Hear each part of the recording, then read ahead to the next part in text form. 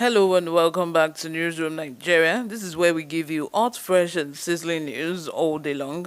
If you haven't subscribed to this channel, what are you doing on YouTube? If you're not subscribed to Newsroom Nigeria, please go ahead, click on the subscribe button down below. Join this amazing community we have here. Give this video a massive thumbs up. Leave your comments in the comment section as well. That is the hottest section on this channel. That is where we agree to disagree, share opinions and ideas in the comment section. I will meet you there in a bit. Without further ado, let's delve right into the details of today's news. What Peter Obi told my child, Biafra Warlord's wife, Bianca Ojukwu, reveals.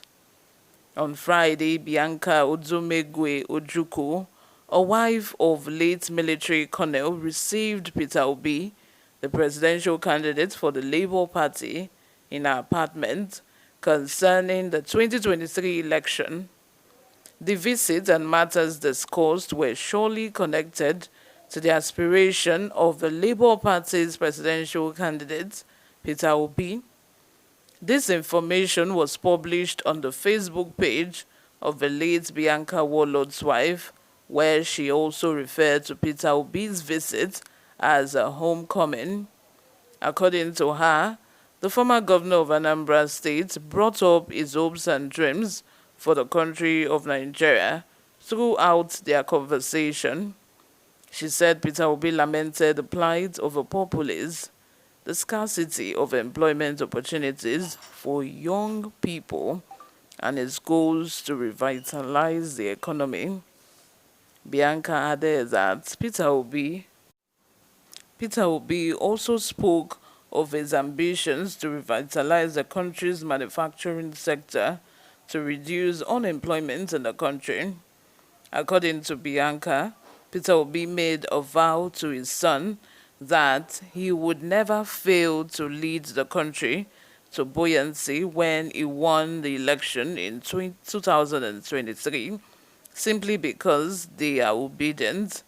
She said, and I quote, "The presidential candidate of the Labour Party paid a consultative visit to my good self this morning at Casablanca in pursuit of his presidential project, which is making waves across the country and beyond."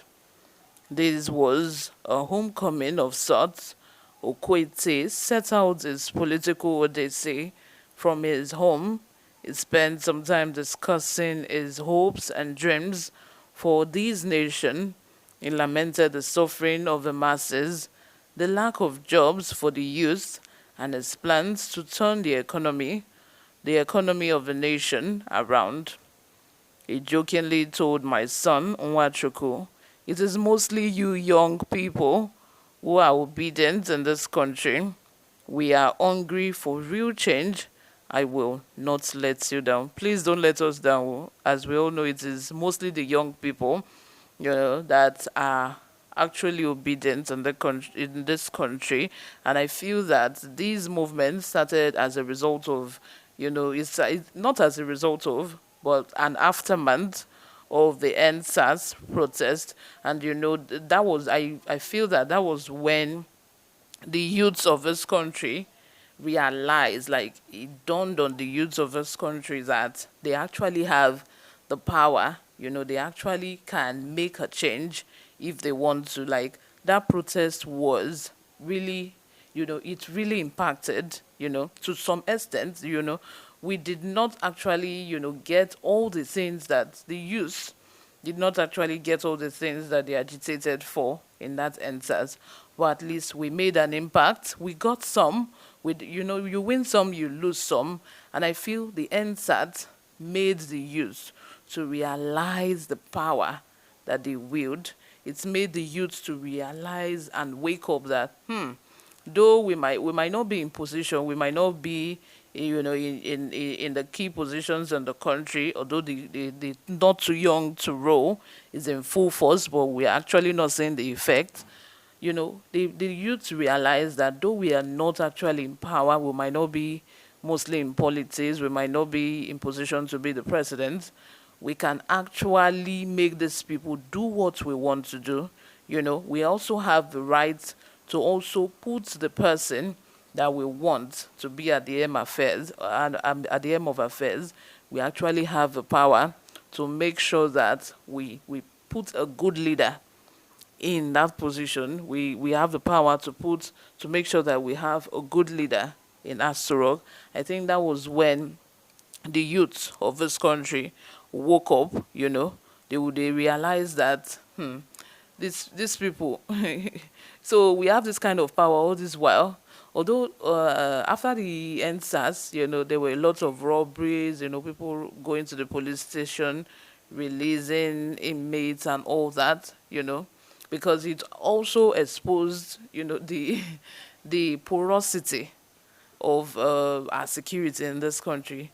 The soldiers, the policemen that we say we have that are protecting us, it exposed their weaknesses during the NSAS.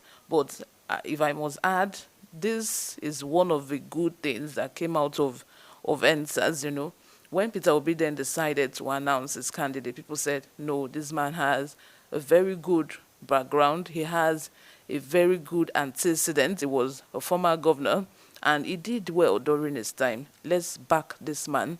Let's be obedient. Like, let's be obedient. And that was when the name Obedient was coined from Obi.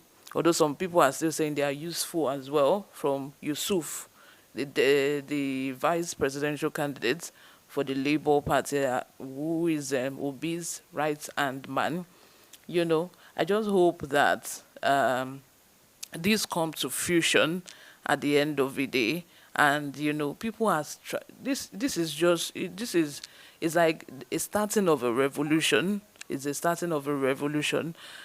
We might not get there this time around. Let's just although some people are going to argue with me and say, oh, why am I saying that? Let's just be factual. Let's be factual here. Peter Obi might not win this time around, but I just see that this is like an opening. It's just like an awareness period for him, even if, pardon me, even if it doesn't win this time around.